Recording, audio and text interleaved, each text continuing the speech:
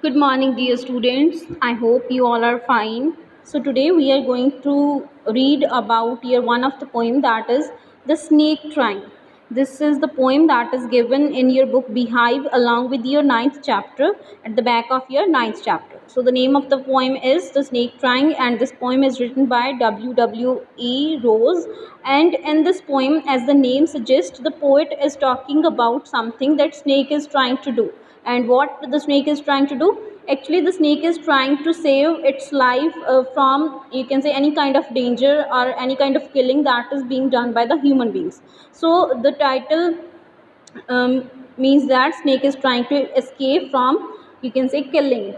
So the first line is written that most of us think of snakes as fearsome symbols of death, but the snakes in this poem is itself a victim. So most of us consider snake as, you can say, symbol of death, or we all are afraid from the snakes, etc. But snake is itself a victim. Snake always, you can say, try to escape from all kind of attacks, etc. So this is all about those kind of things that is written here. So the first stanza of the poem is: the snake trying to escape the pursuing stick, with sudden carvings of thin long body, how beautiful and graceful are his shapes.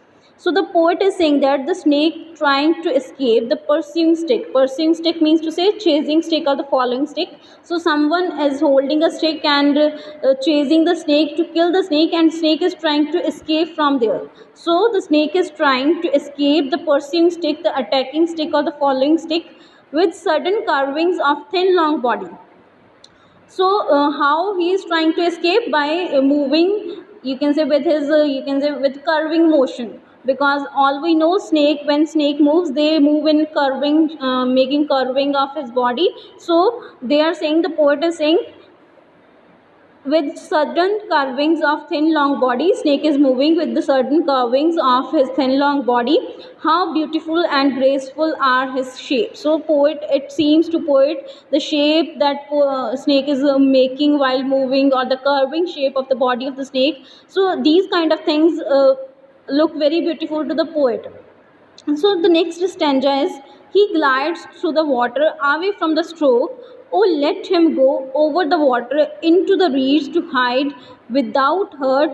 Small and green, he is harmless even to the children. So in the next stanza, what poet is saying, he glides through the water. What is the meaning of glide? Glide means to say move. So he glides through the water away from the stroke. Stroke means to say hitting of the stick or striking of the stick. So he's, you can say, he's just trying to escape or by moving through the water. Some snake, you might have seen some snake move even through the water. So he glides through the water away from the stroke. Stroke means to say from the hitting of the stick. Oh, let him go over the water into the reeds to hide without hurt.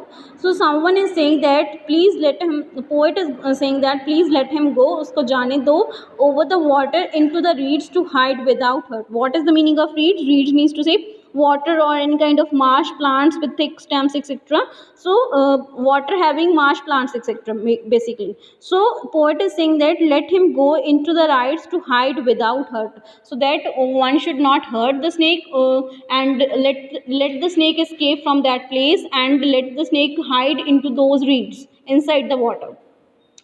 Small and green, he is harmless even to children. So poet is saying that, poet is so, you can say, emphatic with the snakes, that he is saying that these kind of little snakes, these are very small and green in color, and these are even harmless to children. They do not harm any of the child even. So the poet is totally in the favor of snake. He is talking about the welfare of the snakes, and he is saying that snakes are, you can say, if you don't touch snake, they don't attack on you. So in this way, poet is saying all these kind of things in these lines.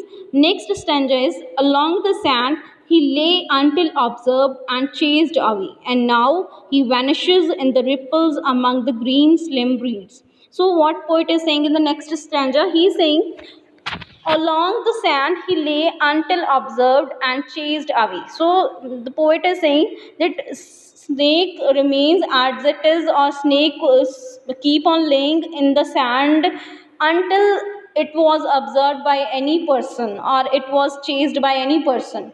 Snake lay, you can say, quietly, or snake lay still, in the form of still, in sand without moving, when it was not observed by any attacker or any human being. But when someone tried to attack on snake, and now he vanishes means to say disappears.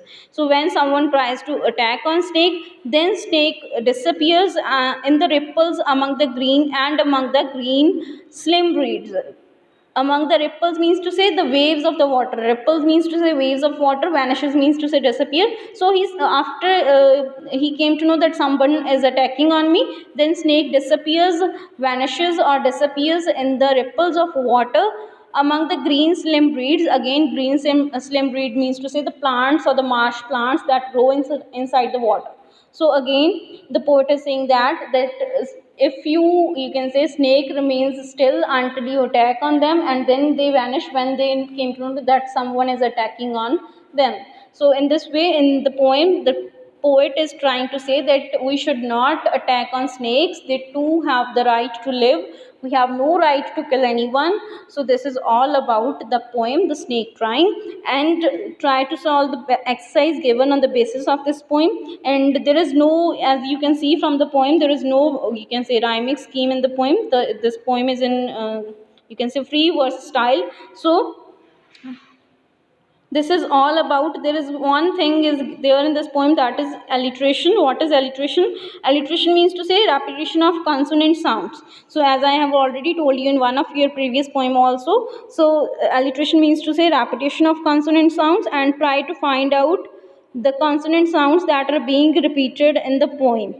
So just try to find out those things in this poem. So this is all about your poem. So thanks for watching the video and have a nice day.